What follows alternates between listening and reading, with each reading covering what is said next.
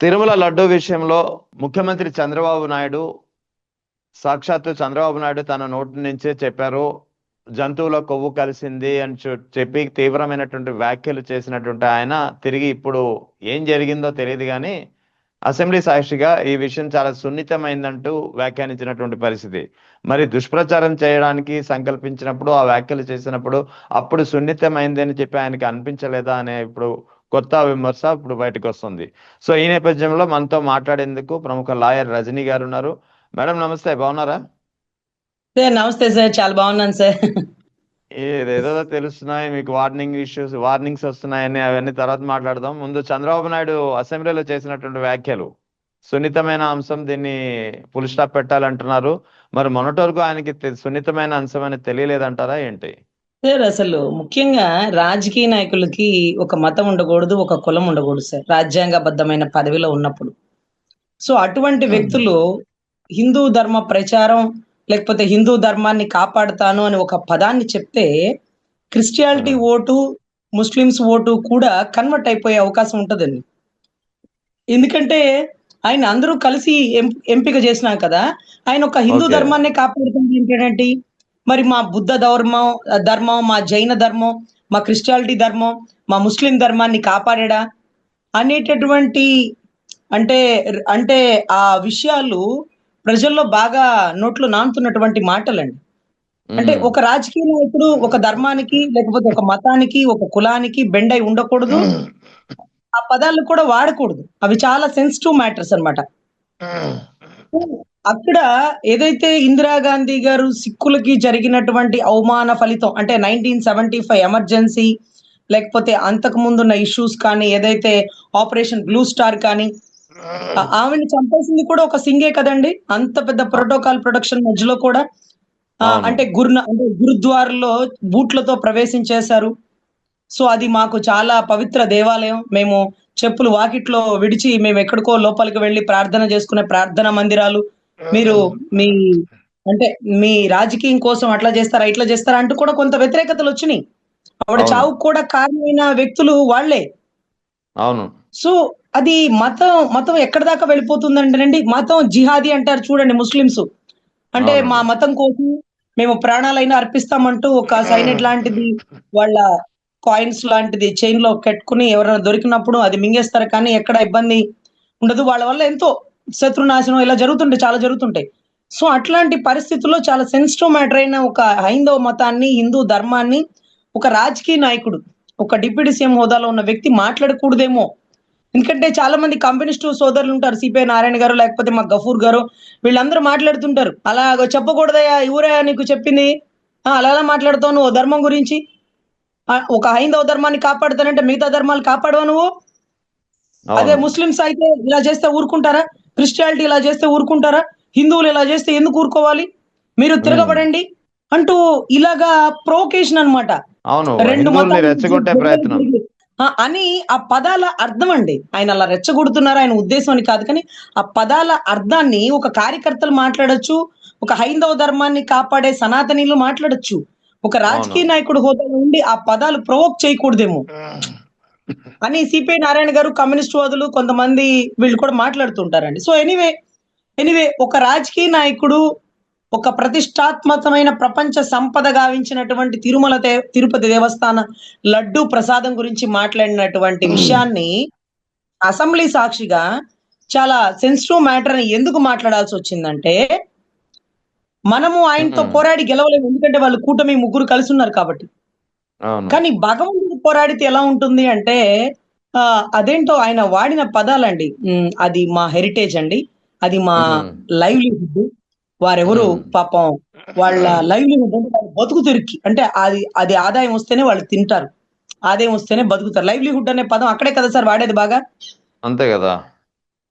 So livelihood అంట, అది వాళ్ళ కుటుంబం సంబంధించినటువంటి ఒక ఫ్యామిలీ బిజినెస్ అంట, లేకపోతే ఇంకోటి ఏంటో చాలా చాలా పెద్ద పెద్ద పదాలు చెప్పేసి అసలు చాలా చిన్నగా, చాలా స్లోగా, చాలా నిదానంగా ఆ పదాలు వాడుతుంటే చూసినారా దేవుడు, ఎవరైతే ఈ పోరాటం చేపించినారో వారి నోటి నుంచే ఇది ఇక్కడతో సమాప్తం చేపిస్తాను, అది కూడా అసెంబ్లీ సాక్షిగా ఎందుకు సమాప్తం చేపిస్తున్నాను అన్నారు. ఇప్పుడు కూడా చెయ్యరు. అసలు సిబిఐ ఇన్ఫర్మేషన్ ఇచ్చినటువంటి రిపోర్ట్ వచ్చాక ఒక కమిటీ వేస్తానంటుంటే సర్జన్ అవును. సర్జరీ చేసి ఒక ఆర్ఎంపీ డాక్టర్ సలహా తీసుకుంటున్నట్టు ఉంటుందని మనం అనుకున్నాం. అంతే కదా. అవును. అయినా కానీ వాళ్ళు వేయాలి. ఎగ్జాక్ట్లీ. ఒక కమిటీ వేయాలన్నారు. ఎందుకంటే వాళ్ళు అనుకున్న రిపోర్ట్ వచ్చే వరకు దీన్ని ఇట్లా ఆపరు. సో మనం ఎలా ఆపగలుగుతాం? మనం నిమిత్త మాత్రులం కదా. మరి ఎవరు పూనుకోవాలంటే శ్రీమాన్ శ్రీ మహావిష్ణువు గారే బయటకు వచ్చినటువంటి పరిస్థితులండి. ఈ రోజు హెరిటేజ్ విషయం వచ్చేటప్పటికి మొత్తం అంతా హిందాపూర్ కంపెనీ సెన్సిటివ్ అని అప్పుడు అనిపించినట్టుందండి. సెన్సిటివ్ అని అప్పుడు కూడా అనిపించలేదండి. 2-3 రోజుల నుంచి షేర్లు పడిపోయినాయట. కేరళలో క్యాన్సర్ ఎగ్జాక్ట్లీ. క్యాన్సర్ కి సంబంధితమైన కారకాలు ఉన్నాయంటూ ఈ పాలని కేరళ గవర్నమెంట్ బ్యాన్ చేసిందని మనకి ఎక్కడ ప్రచారంలో కూడా లేదండి. దౌర్భాగ్యం ఏంటంటే మీ సాక్షి రిపోర్టర్లు కూడా ఎప్పుడో పేపర్లో వేయలా. ఈ ఇన్సిడెంట్ జరిగిన తర్వాతనే దాన్ని పేపర్లో ప్రొజెక్ట్ చేసినారు. అవును. ఆటోమేటిక్ గా జిందాపూర్ అనేది వాళ్ళ 22 మ్యానుఫ్యాక్చరింగ్ యూనిట్ లో ఒక 17వ యూనిట్ జిందాపూర్ కంపెనీ. అది కూడా ఇందాపూర్ కంపెనీ. సో ఆ ఇందాపూర్ కంపెనీకి సంబంధించిన మ్యానుఫ్యాక్చర్ యూనిట్ ఎక్కడైతే ఉందో అది మహారాష్ట్ర. అంటే మన రూల్స్ ఉంటాయి చూడండి, బైలాస్ రూల్స్ కూడా 800 కిలోమీటర్ల లోపల ఉన్న వాళ్ళకి టెండర్ ఇవ్వండి అంటారు. కానీ పాపం ఇది 880 కిలోమీటర్ల పైచులుకట. సో అప్పుడు ఎలా ఉంటుంది, బైలాస్ మార్చేసినారండి. బైలాస్ మార్చేసి ఎక్స్టెన్షన్ చేసి 880 కూడా ఉండొచ్చు పాపం ఈ టెండర్ కోసమే. ఆయన చెప్తారు ఎప్పుడు హెరిటేజీ ₹1 కూడా ప్రభుత్వ సహాయాన్ని అడగలేదంట. మార్చుకోండి తెరుచుకోండి మల్లె మొగ్గలారా అన్నట్టుగా మీరు పేర్లు మార్చుకొని మ్యానుఫ్యాక్చరింగ్ యూనిట్లు పెట్టి ఎప్పుడైతే ప్రభుత్వం ఫామ్ లోకి వస్తుందో అప్పుడు తిరుమలకి సప్లై చేసేటటువంటి ప్రతి నెయ్యి మీ మ్యానుఫ్యాక్చరింగ్ యూనిట్ నుంచి వస్తుందని ఇన్ని సంవత్సరాల మీ రాజకీయ ప్రస్థానంలో ఏ ప్రజానికానికి తెలియలే. ఈ రోజు స్వామి వారు చేశారనమాట. తెలియజేసినారు. నువ్వు నన్ను నమ్ముకొని బ్రతుకుతున్నావు, నన్ను నమ్ముకొని ఎదుగుతున్నావు. తిరుమలలో ఘాట్ రోడ్ లో అంత కారు పొరలింతలు జీపు పొరలింతలు కొట్టినా బతికి బయటకు వచ్చినావని కూడా అక్కడ కూడా నా కొండనే వాడుతున్నావు. ఈ రోజు కొండ మీద ఇబ్బంది జరిగిందంటే నువ్వు ఎంత తీవ్రంగా ఉండి కఠిన శిక్షలు వేయించాలా? కొండ మీద పరకమని పోయిందంటూ ఒక సతీష్ అనే ఒక నిజాయితీ గల అధికారి ధైర్యం చేసి ప్రాణాలకు తెగించి ఆ బిడ్డ పోరాడినాడే, ఆ బిడ్డ ప్రాణాలను నువ్వు ఎందుకు కాపాడలా? $900 ఎవరి జేబులోకి వెళ్ళినాయి? అలా ఎన్ని లక్షల కోట్ల డాలర్లు స్వామివారి సొమ్ముని దేశాలు దాటిస్తున్నారు అంటూ ఈరోజు స్వామివారు స్వయంగా నిలదీస్తున్నట్టుగా హెరిటేజ్ షేర్లు పడిపోవడం, ఏదైతే ఆ ఇందాపూర్ కంపెనీ లేకపోతే జై అంబా మా అని ఉంటదండి, జై అంబే మా అనే ఒక మ్యానుఫ్యాక్చరింగ్ యూనిట్ ఉంటదండి. అది హర్యానాలో ఉంటదండి. ఆ హర్యానాలో ఉండేది కూడా మన తిరుమల తిరుపతి దేవస్థానానికి ఒకసారి సప్లై చేసిన దాంట్లో ఉంది. అప్పుడు ఏమైందంటే ఇందాపూర్ కంపెనీ 2015-16లో వచ్చి 16-17లో రిజెక్ట్ అయిందండి.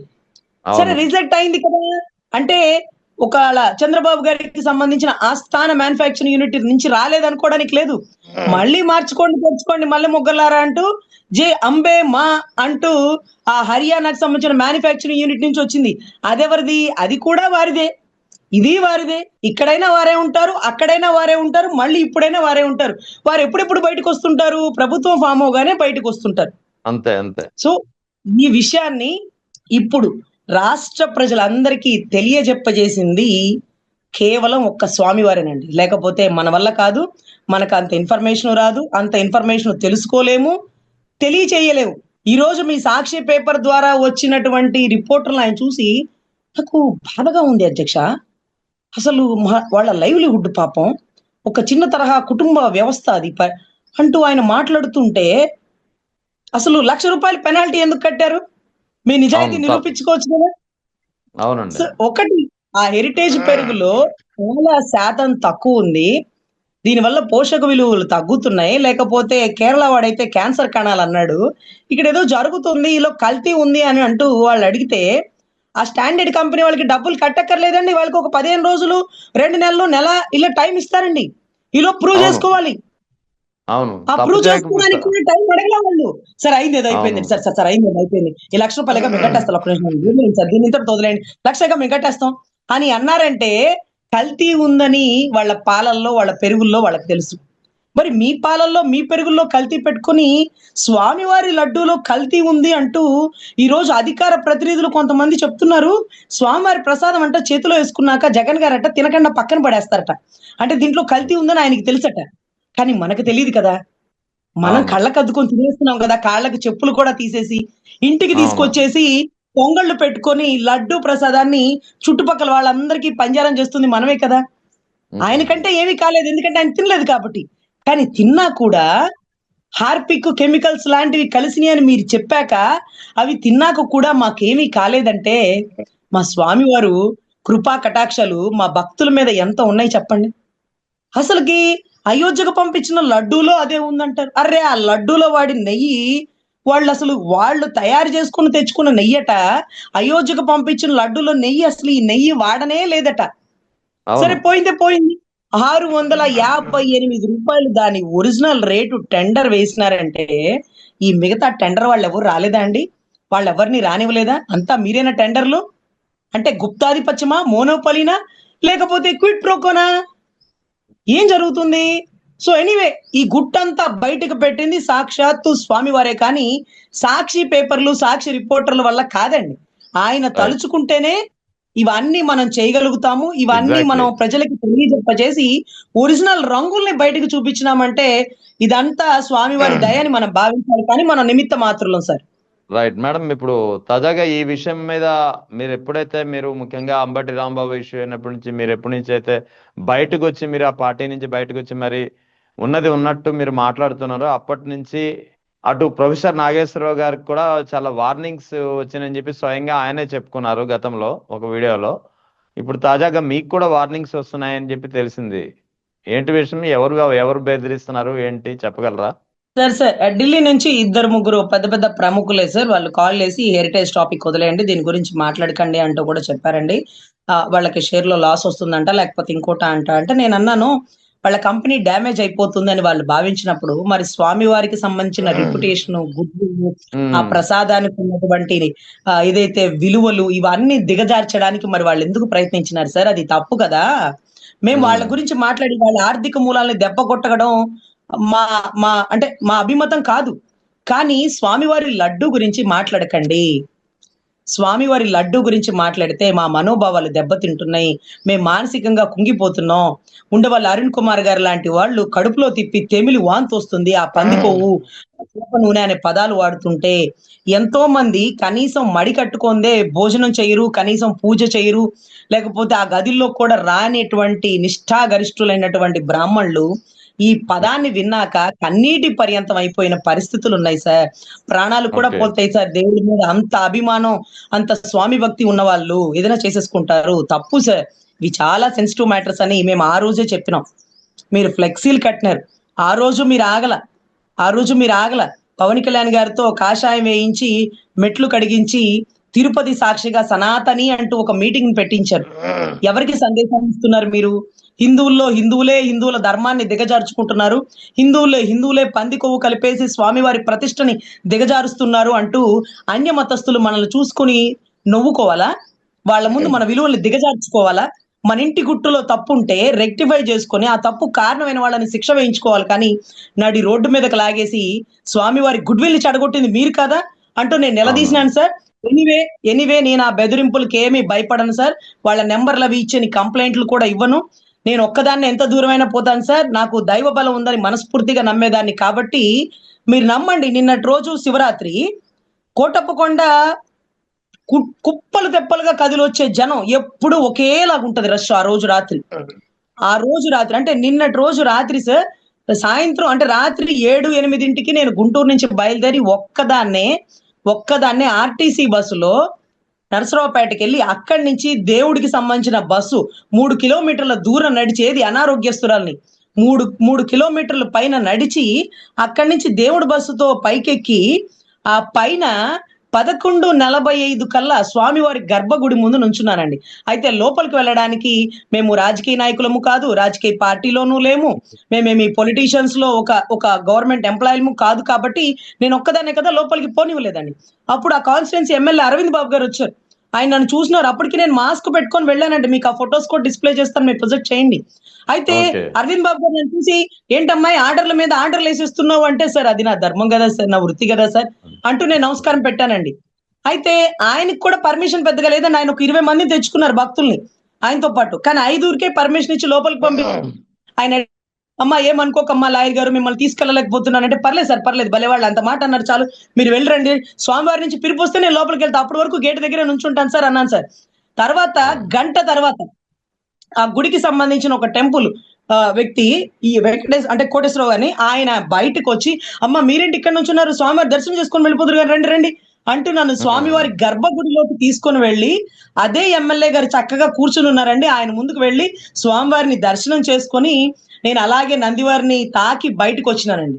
అంటే కొన్ని లక్షల మంది జనం ఉన్నటువంటి కోటప్పకొండలో ఎమ్మెల్యే తప్ప మిగతా వాడు లోపలికి వెళ్ళలేని పరిస్థితుల్లో స్వామివారు నన్ను పిలిచి దర్శనాన్ని చేపించి నన్ను బయటకు పంపించారంటే దైవబలం ఎంత దృఢంగా ఉన్నట్టండి. అవును.